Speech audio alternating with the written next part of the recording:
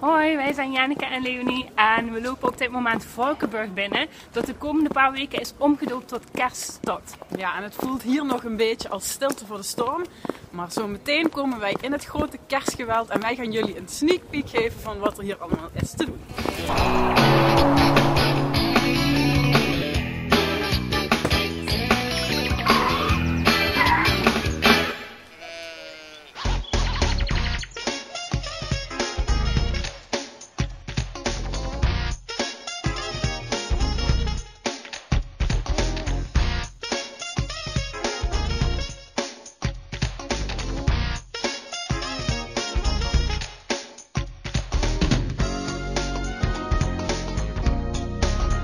We staan hier bij Stef Binders van Mergelrijk. Wat gaan we hier doen? Nou, bij Mergelrijk maken we kennis met eigenlijk alles wat te maken heeft met mergel en grotten. Dus eigenlijk een totaalbeleving van kijken, doen en ook proeven in onze brasserie. Okay, en nu voor de kerst hebben jullie er een speciaal kerstsausje over gegooid. Ja, dat klopt. Zoals je hier achter al kan zien, de ingang is al helemaal in kerststijl. Maar als we dadelijk naar beneden gaan, dan word je nog meer ondergedompeld in de kerst. Nou, dan gaan we naar beneden. Het is echt super leuk, want je hebt allemaal van die kleine nestjes en dan heb je dit soort dingetjes.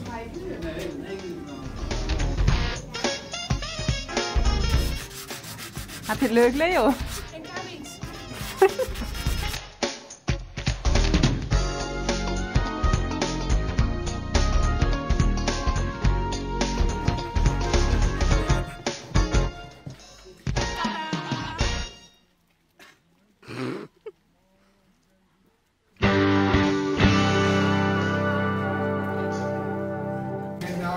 We staan nu in de rij bij de gemeentegrot om de kerstmarkt te bezoeken. Yay.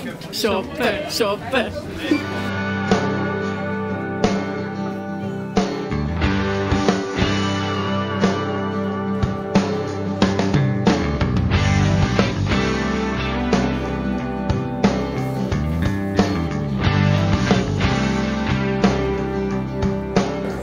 Ik ben Leonie verloren, maar ik heb wel een hele leuke Aziatische familie gevonden.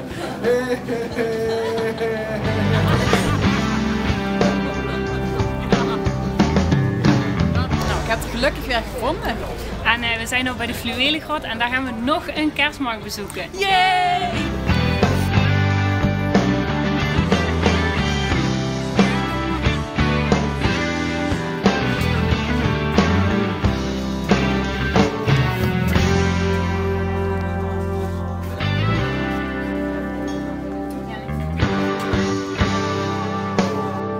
Superleuk, Jan.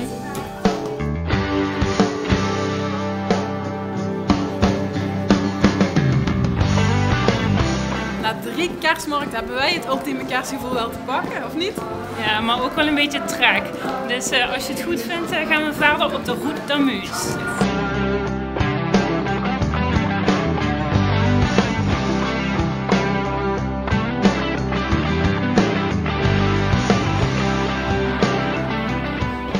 De Route d'Amuse is een culinaire wandeling waarbij je op 5 locaties langs de route een lekker hapje krijgt.